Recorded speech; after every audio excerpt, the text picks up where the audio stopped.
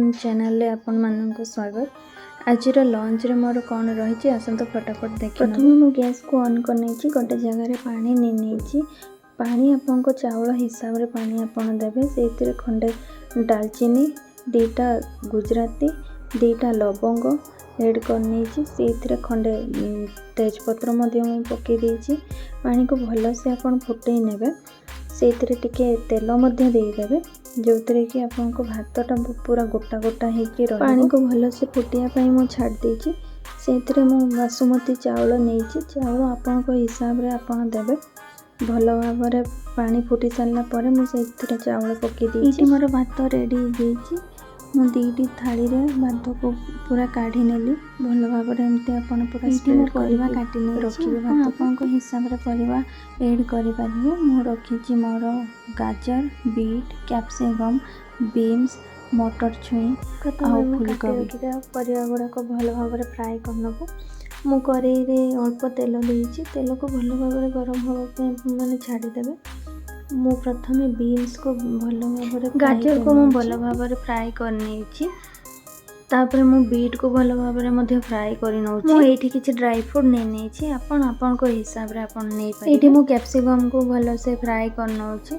तापर मु मटर छुई को मध्ये भल भाव रे फ्राई करनेबी। फूलकोबी गुडा को भाजिला टाइम रे आपन अल्प टिके लूण ऐड करनेबे। सेही करेई रे मु ड्राई फ्रूट गुडा को भल भाव रे भाजी नेबी। प्रथमे मु बादाम को भाजी नउछि। तापर काजू और किशमिश को मध्ये भाजी घिओ यूज करछि। आपन चाहिले तेल मध्ये यूज करि परिबे। प्रथमे मु भात को दे देछि। सेइतरे मु चीनी 2 चम्मच देछि। आपन को हिसाब रे चीनी देई परिबे। सेइतरे स्वाद अनुसार लूण भाजी रखिथिबा परिवा गुडा को मध्ये मु सेइतरे पकई देछि। आ भाजी रखिथिबा ड्राई फ्रूट गुडा को मध्ये मु सेइतरे पकई देछि।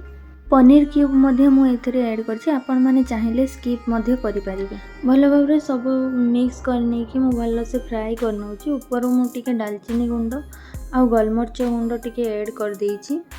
फ्राई राइस एबे प्रस्तुत हो गला। आसंतु एबे हम पनीर को बनै न। पनीर गुडा को मु अल्प फ्राई करनउछि। काहे कि ना अधिक फ्राई करले पनीर सॉफ्ट रहइबो नाही। सही पैन रे अल्प जीरा और काटी रखिथिबा प्याज को मु ऐड करनी। काजू चारमगज टमाटो पियाज रसुण सुखिला लंका खंडे को भल भाव रे फास्ट भाजी नेली पैन रे। तापर ठंडा करके ताको भल से ग्राइंड करके पेस्ट बना। सही पैन रे मु किछि पियाज को भल भाव रे भाजी नउछि। सही तिरे से काजू पेस्ट गुडा को भल भाव रे कसी नेबी। भल से कसी हे सारला परे मु सहितरे पनीर स्वाद अनुसार लूण आपन ऐड करबे।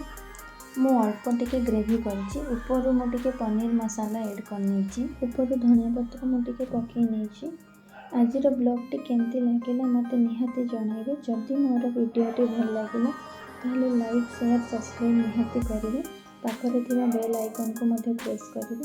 आज पई एतिकी रहिले। जय जगन्नाथ।